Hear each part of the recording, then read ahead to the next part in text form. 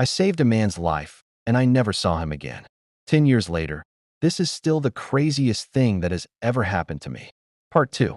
I shouted for someone to call an ambulance as I made a decision. See, I thought he probably had a neck injury.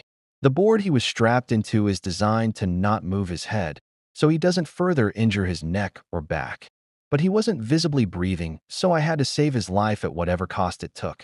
Or at least that's what my 16-year-old brain decided. So I started chest compressions. What they don't tell you about chest compressions is that you are breaking shit.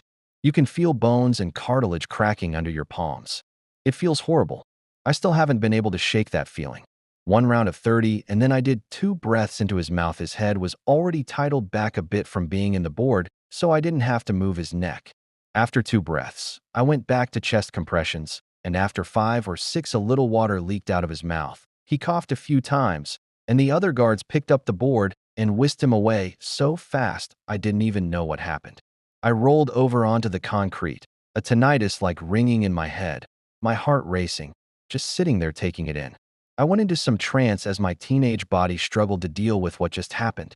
Start to finish, it probably only took about 6 minutes, but it felt like a lifetime of stress and nausea had built up in my body. I was walked over to the guard shack, dried off, and walked up to the country club's nicer member buildings. The manager, who was a friend's dad and had gotten me the job, sat down with me as we talked about what happened. I gave him the basic details, signed some documents, and was sent home for the day. Like I said, I was in some kind of trance and was just operating on autopilot. I'm not sure how much sense I was making at the time, and it took me several hours to process what just happened.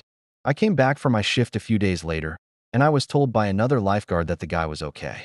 I was thanked profusely by the member who brought him as a guest, but I never saw that guy again.